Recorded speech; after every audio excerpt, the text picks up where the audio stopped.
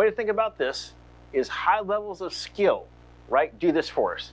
If I have high levels of skill, that tends to breed what? Confidence. Mountain Man Medical has name brand proven trauma medical supplies with a price match guarantee to ensure you get the right gear at the right price. Check them out at get-asp.com/mountainman. If I have high levels of confidence in my skill, what do I get? Coolness, all right? This group might know this. In which famous lithograph does the concept of coolness appears? Yeah. In my mind, coolness is a way of saying your ability to stay in the rational mind when the world is crumbling around you, right? So, high levels of skill. You want to say to yourself, is this a shooting problem? Well, hell, I can solve a shooting problem, right? That's how I am right now, like realistically. It's a shooting problem, I can probably solve a shooting problem. It's a jits problem. Well, fuck, you know? It depends on, because of where I've worked, right? Mental imagery can be hugely important if you can do it, right? Getting those pre-made wins there in the comfort of your own easy chair. Competition is good. Man-on-man shooting is even better. Having prior wins on your belt can be huge, and most of us aren't going to win a bunch of gunfights. We're going to what? Go through some well-scripted force-on-force. But again, it builds us to this point that our subjective impressions of the world allow us to perform well. I'd also point out this is where mistakes tend to get made. Unfounded confidence or misinterpretation may deliver transition to that emotional state. I've got an aviation buff in the room. I kind of like aviation. What % of mistakes are caused by the pilot themselves? Yeah, 80 to 90%, right? One of the most common one is controlled flight into terrain. The pilot's mental map is that he is a certain number of feet above the ground. Guess what reality says? He is not. So at the moment that he goes that last little bit into the ground, especially like flying instruments where you can't see, that's a rational act to decide to descend the aircraft, but guess what? It's the wrong one based on reality. You may also... Yeah. So the mountain goes, they're just going by, yeah. And we also end up applying a solution of greater comfort when a different option is objectively better. Who here has taken ECQC? Who here has plugged a gun into a fight too early and paid the price? So in my mind, that's what we're seeing is a lot of times gun guys going to Craig's class, they like guns, they want to get the gun into the fight as soon as possible, so they get it in, they mistime it, right? And it never works out well for us as far as when that happens. So training can be valuable, right? We can refine our ability to deliver responses, right? This is when we're doing our reps and stuff like this, we're out here. But guess what's way more important? Everything that came before. These arrows that came before are much more important, right? So again, that's very, very trainable. And the more we train, the better our solutions become, as well as our ability to implement them. Now, this is where it gets interesting and complicated. It is possible to create some shortcuts through this entire process. So these shortcuts are clearly in the realm of overlearning. This is stuff that we've pushed in to implicit memory. And we have to be really careful about what we train to this level. It's not appropriate for things that really should be branching decisions. So an example of a branching decision would be shoot or no shoot, right? That's a branch I have to make. In my mind, getting the gun out of the holster to be able to make that decision more quickly is a great thing to train to this point. But I just don't want to fire the gun every time it comes out of the holster. Right? I only want to train up to the branching decision part of this. Yeah. So, yeah.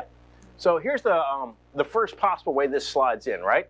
What ends up happening is I create essentially an automaticity bypass into this process. So while I'm trying to figure out how bad it is, guess what happens, right?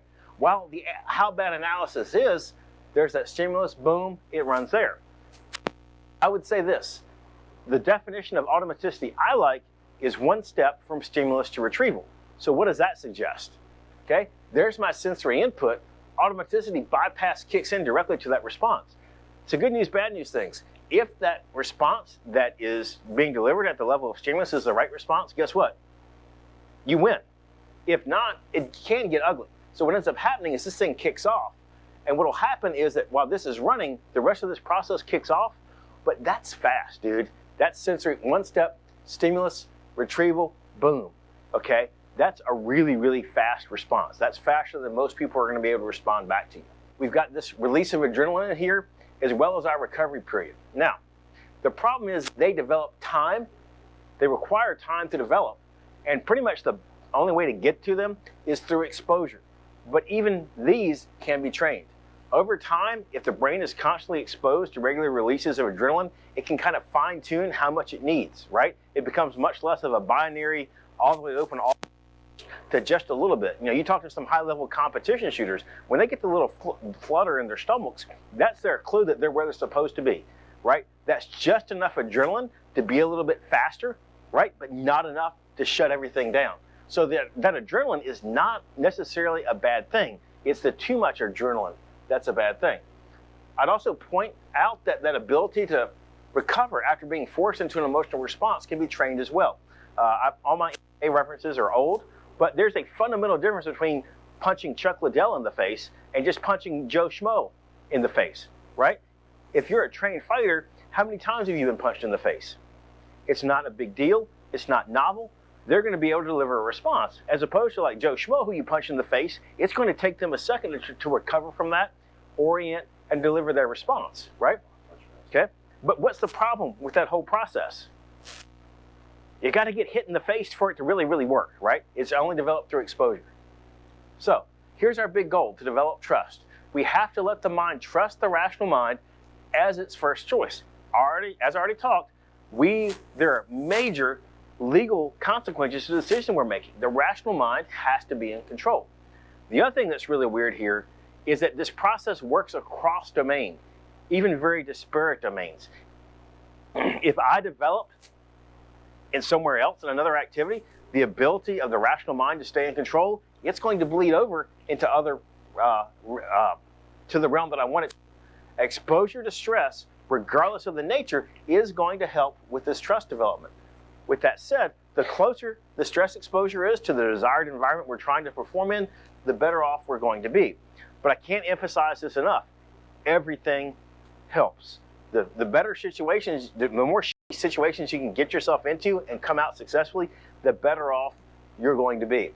Now, this is pretty simple and straightforward, right? Not too bad, very easily complex, right? I'm about to complicate that dramatically. Flowchart a lot worse, right? But it's a good thing. What we see now is that there's a very wide middle road in here called secondary emotions. I've heard them called emotional bookmarks or emotional memories. This is a very neat surviving mechanism for living in a changing world. It allows the mind to have a second set of responses that are based on past results that are accessible very, very quickly. They are responses ingrained at an emotional level, but they have to be ingrained at an emotional level to have been learned. Emotional bookmarks are based on past strong positive or negative experiences with an emotional connection between the two. In a nutshell, if it brought pleasure, do it again.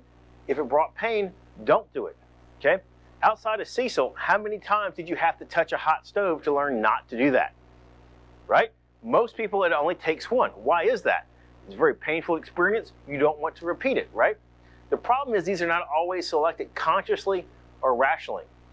And what we end up is this cool middle ground. If you aren't quite to the primary emotions of fight, flight, freeze, or posture, but you can't quite get rational, it looks to the secondary emotions for guidance. And this is especially true when you're in compressed time frames. This is where this really, really rears its head.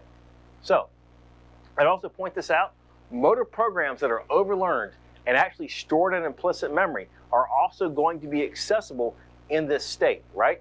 Mental rehearsal is going to help with the selection there. And again, the more recent those motor programs are, the more likely we're going to see them. The more trusted those motor programs are, the more likely we are to see them. I call them trusted recent responses. And again, these are only as useful as the situation allows, because if you have bad bookmarks, you are still going to get bad responses and consequences. The wrong motor program at the wrong time is still going to get you bad results. Gonzalez says that to survive, you must develop secondary emotions that function in strategic balance with reason. In other words, I need something other than my primary emotions available to me when I can't stay entirely on the rational mind, right? I call them faith-based responses, right? We can plug these things in. Now, we do have a preference for what we plug in, okay? If I have just done something recently, if I ain't got nothing else, but I did something recently, we're likely to see it. Now, a trusted solution is going to be something in implicit memory. If it's a trusted solution, it's there, I'll take that next. And if it's a proven solution, my genuine emotional bookmarks, that's definitely going to be accessible to me. This is also probably why we see people implementing wrong solutions in critical incidents. It either worked in the past, or the great example would be like they do the thing they're not supposed to do, right? The flinch away, the exposing the gun, all this other kind of stuff, because that's what they want to do.